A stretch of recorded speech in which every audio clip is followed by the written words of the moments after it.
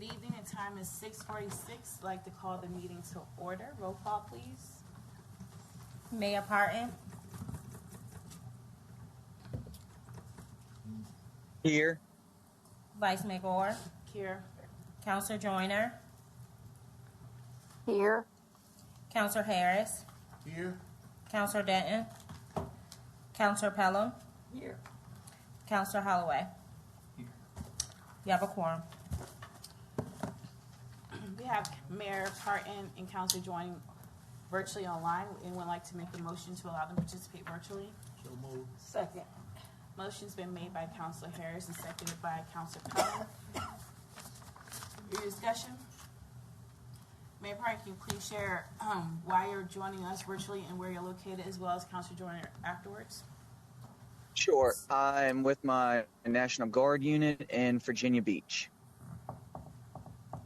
This is Thank Rita you. Joyner, and I'm at my home in Hopewell, and I'm participating remotely due to medical issues. Okay, thank you. Roll call, please. Vice Mayor Gore, Yes.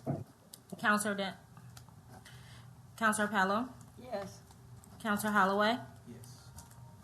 Councilor Harris. Yes. Motion passes 4-0. Thank you. I know it's not on here, but just for record keeping, is there anyone like to approve the motion for the agenda for tonight? To do what? Approve the agenda tonight. So second. Is there any recommendations to make the amendment for closed session? Because I thought that's what was added to. This is the finance committee. You're gonna And do it close afterward? and then Go, not added to this one? Okay. All right, motion's been made to approve the agenda as written, seconded by Councilor Holloway. Roll call, please. Mayor Parton, Yes. Vice Mayor Gore, Yes. Councilor Pelham, Yes. Councilor Holloway, Yes. Councilor Joyner, Yes. Councilor Harris. Yes. Motion passes 6-0. Thank you. SB1, Finance Committee report. Dr. Maker? Madam Vice Mayor, your voice is so soft when you turn that way up, we can't hear you. Thank you, sir. SB1, Finance Committee report, Dr. Maker. Tonight, we have this is the finance committee meeting. We will have a report from, Stacy Jordan, who is our, CFO, and then the treasurer's report by Ms. Maya Bowen.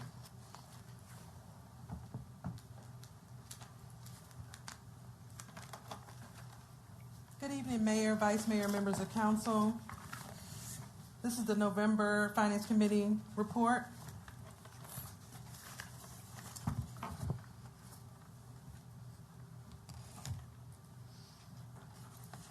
Slide 3, the citywide fiscal year 25 budget actuals for November.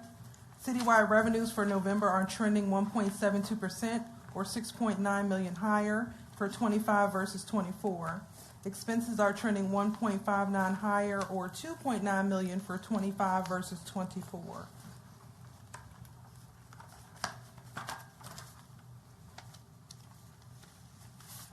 Slide 4, there is for real estate taxes 2.9 in unrecorded revenues. Per the treasurer's office, Ms. Bolin will elaborate on that when she comes up to speak. Slight decrease due to collections as far as personal property, machinery, and tools. PPTRA and other taxes are consistent. Slight decrease for the use of money and property due to interest income. Charges for services.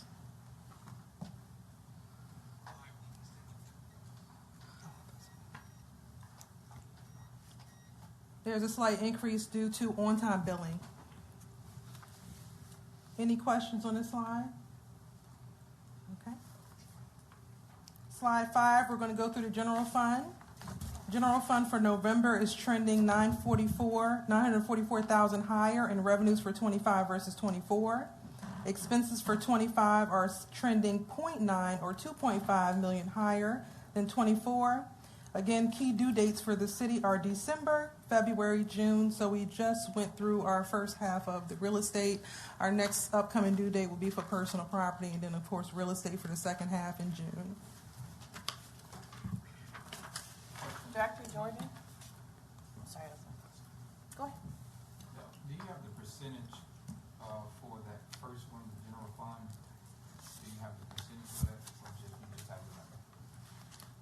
I have both the percentages. Oh, I'm so sorry.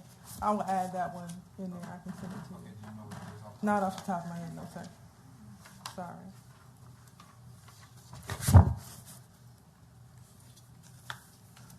Looks like it's about 5%. Comparison. About 5%. Okay. I also have a question in Yes, regards to ma'am. this slide. And the same question applies to the slide before with the chart, but you don't have to move this picture. I understand the comparison in looking at fiscal year 24 versus 25. Correct me if I'm looking at this wrong. Okay. So even though in comparison to last year, the revenues in this particular side is almost $1 million higher, the spending is $2.5 million more.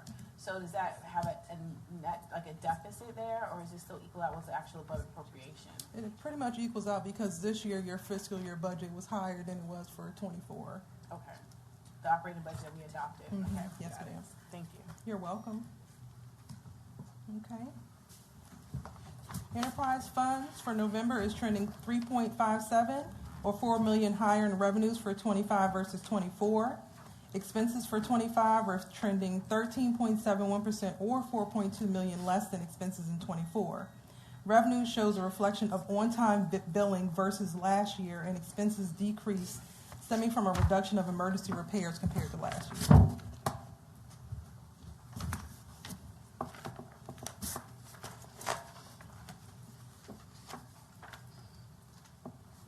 Slide 8 is just a detailed breakdown of 24 versus 25 for the enterprise fund.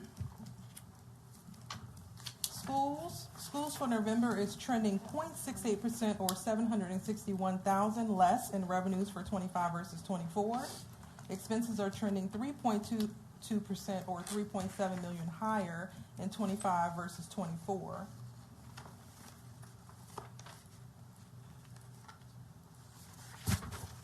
We just have a slight decrease in receiving some of the federal and state funding for the schools, as well as charges for services. Okay? So you said that there's been a decrease. Can you go back? It's just a timing of when they're receiving funding from the state and when it's posted. They're still going to receive the same amount as requested. What? It's just a timing issue of when it's posted. So what is It's just when it's posted, as revenues are received, it has to be posted in the system. So it's just the Okay. timing and the posting. Yes. okay? But they have the funds. Mhm. Gotcha. Because this is based off of system information. So. Okay, I thought they were. No, sir. No delays. All right. So slide 11 is budget to actuals by department for November.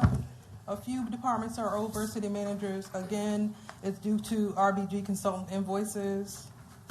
Information technology is due to IT contracts. A lot of these contracts you have to pay in full for the fiscal year, but it will balance itself out as the year progresses. And then the marina has increased in expenses as a percentage due to a lot of repairs and utilities done up front. Okay. Other than that, everything else seems in line. Any questions? All right. Data integrated collection report for November is at 88%, lower than it has been for September and October. Collection seems to be lower than it has been for the previous 2 months. Usually the city's been around high 90s, but this time it's only at 88. I can understand what you said. You usually be in the high 90s. Yes, ma'am. The collection rates for the city for data integrateds for utility has been roughly like 90, mid-90s. For November, however, it did drop to an 88, so they're having trouble doing delinquency collections in November. Again. Yeah. I wouldn't like to really speculate, but probably most of the time when it comes to around the holiday times, it's harder trouble. They have a harder time collecting because people would rather, do Thanksgiving or Christmas. Yeah. Okay. Next slide, slide 13. Accounts payable for November. Number of invoices received, 1,462. The dollar amount processed for the month of November is $4.7 million. Debt services paid for November are U.S. bank accounts and $530,000. Okay. That ends the Finance Committee report from Finance. Next month, we'll talk about an update for 21 through 24 ACFRs and our second quarter presentation. Any questions? Any questions for Director Jordan? Okay, thank you. Thank you.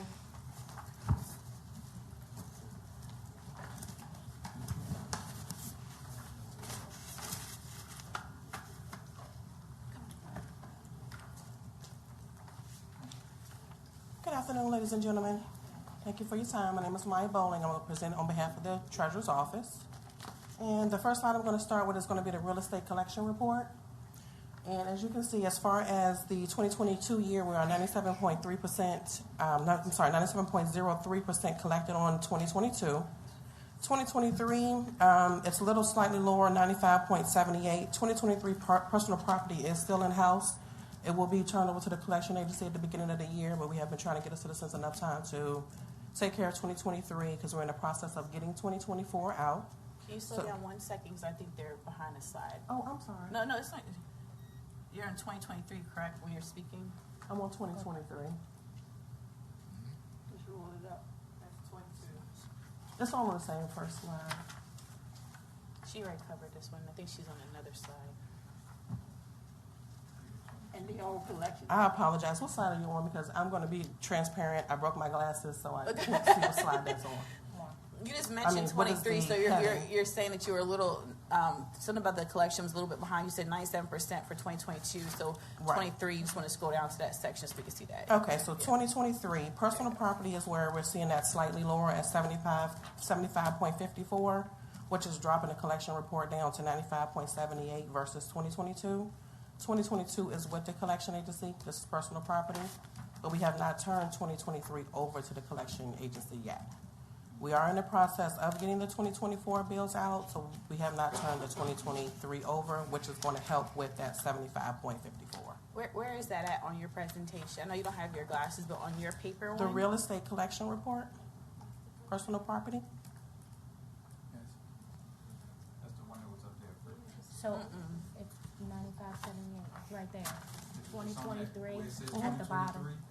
They're on the right one. It's at the bottom to the right, 95.7.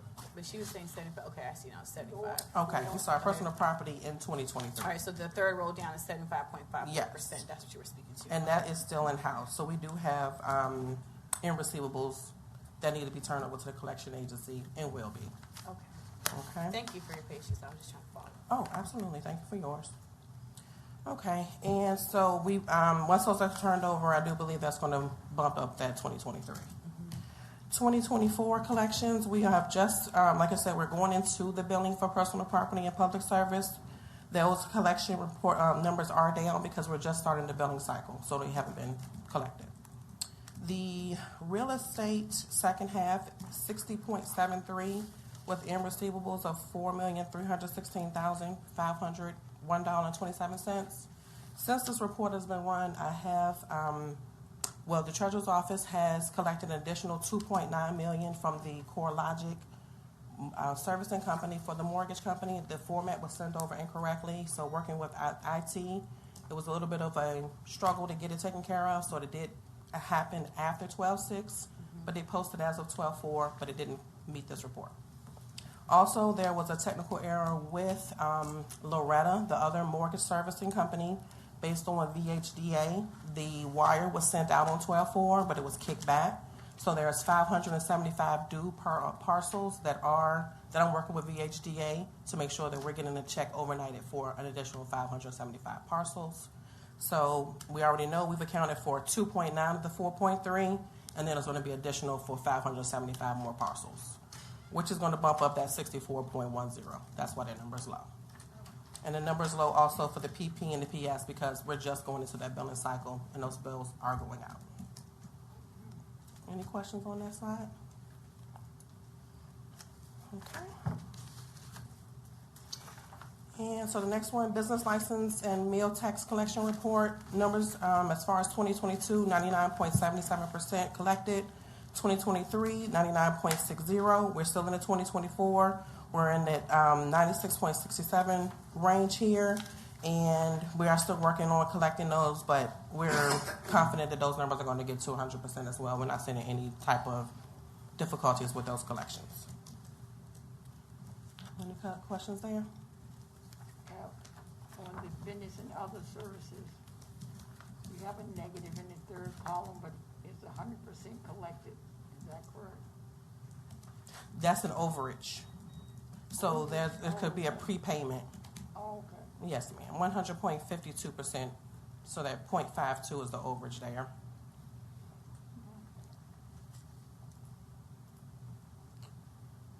Okay. And we're confident that those are going to bump up. We know our businesses want to pay their taxes and remain in good graces with the city. All right, and as far as the next slide, the bank and investment balances as of September 30th, 2024, total cash on hand, $14,751,698.03. Total investments, $25,083,248.52. Total cash and investments, $39,834,946.55. And as I said, we are still collecting, and this is as of 9:30, before we even hit our real estate collection period. And again, we are in the process of sending the personal property bills out along with the public service so we can continue to add revenue to the city. Any questions, anyone? All right, thank you very much. Thank you for your time.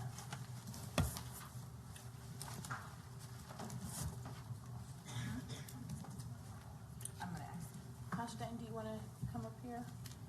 Look, you wanna take your seat, ma'am? I'm getting practice. Vice Mayor, do you want to ask Johnny Hamlin? Yeah, I am Junior.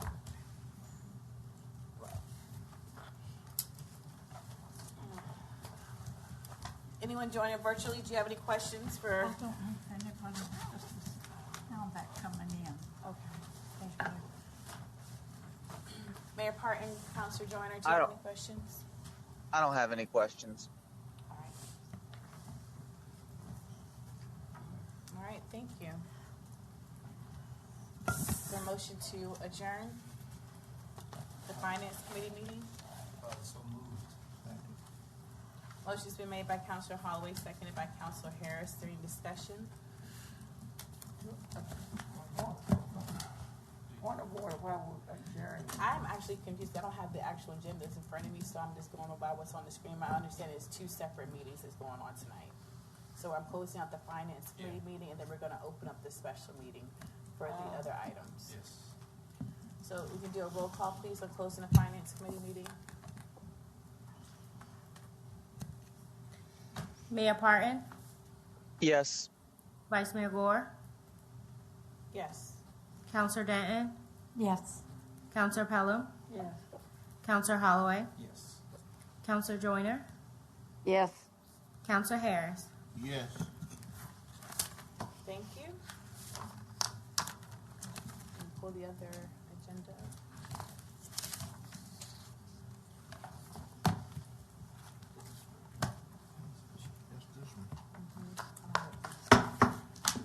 Time is 7:05. I'd like to call the special meeting to order. Roll call, please. We gotta vote to start early. Oh, 7:13. The closed session, the open meeting starts at 7:30, so we have a break. It's been advertised to open at 7:30. All right, well, we'll be back here at 7:30. Can I? What we can do?